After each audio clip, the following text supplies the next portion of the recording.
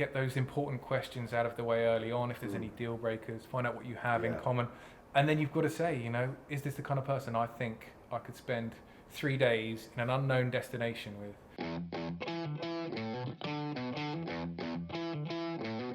Matthew, Freddie from Click, thank you so much for coming on the show. Oh, thank you. We had Mike on many moons ago, back in the early days, right? And the reason we had him on is Click is obviously a dating app, right? Up against the absolute behemoths of the dating app world. We won't even mention the not even worth it. Anyway. But Mike was on talking about how he is going to compete with those giants in the industry. And he was saying you just need to be different and you need to be creative, you need to be on the ground doing things. And at the time he was talking about hiring an intern and sending her off on dates and getting her to blog the whole experience, which was pretty cool. And I think she got to date 2, maybe date 1, something like that. Very short contract she had, and got a boyfriend out of it, who she's still with, I believe. Yeah, so I think they're about 18 months in now, moved in together. He's been over to meet the parents and everything. I don't want to jinx it by saying anything more, but might be on track. That's really good, right? So, Freddie, you're on Made in Chelsea. Yep. At the minute, and you're involved in this whole thing. Obviously, it's press and PR for Clicked as well, right? Yeah, it's a really useful platform to be able to apply to something that I'm sort of interested in, and I found such an amazing team and such an amazing opportunity as well with such a unique app. Yeah. And as you mentioned, we are competing with some other big players, but we do things differently. What is, because before it was obviously the intern, the blog. What's happening now to get a bit of attention, a bit of press? So it was actually the original internship that Freddie saw, which inspired him to come and apply to work at Clicked. And now Freddie's joined us as head of partnerships. And I'll let you talk a bit more about your first partnership opportunity. So we've got upcoming is it's a big speed dating event, but it's not speed dating in the traditional sense. Do things differently, grab the attention of the media, get the PR in there. The essential concept is you have 3 minutes to decide whether you want to go on holiday with someone. So you'll have sit down, traditional speed dating event, 16 dates, and at the end of the evening we'll select 4 couples who have matched and send them away, and hopefully it'll be love at first flight. You see what I like? Definitely haven't been planning that one for a while. Wrote on your hand. Yes, tick. It's interesting. And some of the Made in Chelsea, people are coming along to the dating event as well. So at the end, when we should warn our female viewers that unfortunately Freddie's not competing. So, and if you're hoping to apply to win a date, he's not partaking. Sadly, you will be able to listen to my dulcet tones throughout the evening. There, I'll be encouraging and joking. Of course. And when it comes to the end of a date, what's the format? So at the very end, someone walks up and says, "Do you want to go on holidays together?" Or what way does it work? Oh, so in much the same way, a normal speed dating with like 3 minutes to try and get to know each other.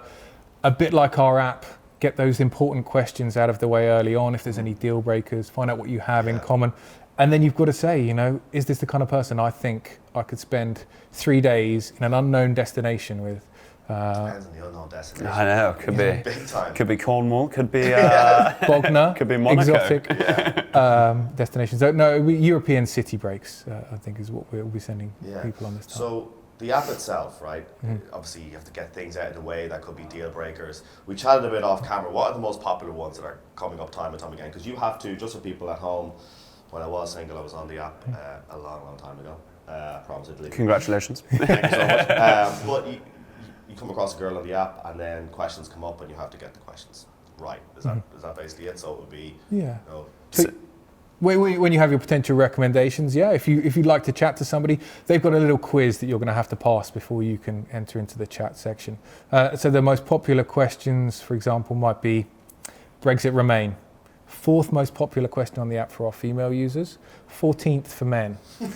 At the top of the table for men is whether you're a pub or a club kind of a girl. Is that the top one for guys? Yeah. Shows the priorities. We actually fairly recently published a report, so you can. I believe it's accessible from our website. It is on clickedapp.com. Nice one. And we published a report on all this information that we've managed to gather from from so many questions being answered. And just under 2 million questions answered on the app. So Really? far, serious data, and it's fascinating. It's interesting to see the difference between guys and girls in the dating world, and I don't think, well, no one else would have that data, right? Because I was going to say that Tinder is like left or right, and that's all you know. Bumble is like left or right, whatever it is. It really, especially, it really brings out the priorities of those other apps as well. It's purely aesthetically based, which sort of, especially in this sort of current time as well, in the modern contemporary world of dating that we live in, it's not a good way to be going, aesthetics. We're all about individuality and the person behind the photo. It's more than just a pretty face. Yeah. So you get an opportunity to get those crucial questions out of the way. Some of our favourite examples. Is the earth flat or round? You know, could you date somebody who believed the opposite of you? I'm not going to ask in case in case you cut that out. No, but it's it. Yeah, if you went on a date with a girl and you sat down and she started talking about how the earth is flat, it'd be weird. Odd. Very odd. Yeah. Other classic examples: are you a vegan or are you an arsehole? One woman who had very particular taste. Then. So how many questions can you do? So you pick your test, and we have banks of thousands of questions. You can even submit your own, and on your test are 3 questions. So you answer your perspective matches test. If you get 2 or more correct, then they get a notification. They'll answer your test, and hopefully you both pass. And they have to get 2 or more, and that's how it happens. Yeah. It's amazing how much you find out just from the questions that people pick, like the flat or round, Gryffindor or Slytherin. Motorbikes or horses? Yeah.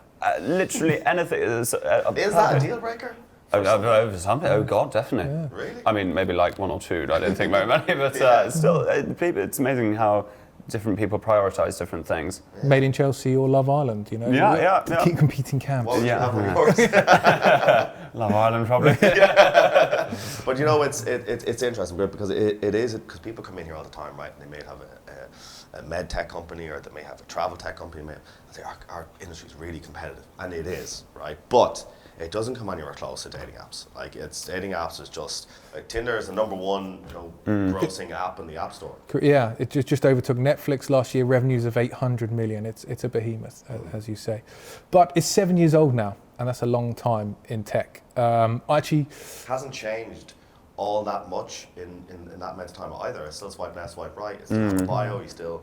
The initial concept, I mean, it is very strong in itself, which is probably why it has lasted so long. But as you said, there's the expression "swipe fatigue" now that's setting in. You know, was carpal tunnel syndrome? Yeah. I think Vanity Fair did a piece. It was called "Tinder and the Dating Apocalypse." You know, how that kind of disposable nature of the app feeds into the approach that then people take to the subsequent ensuing relationship. You know, if they put so little effort into the match, and it's so easy to find another one. Yeah. On that superficial level, how much are you really going to invest in that person when you meet?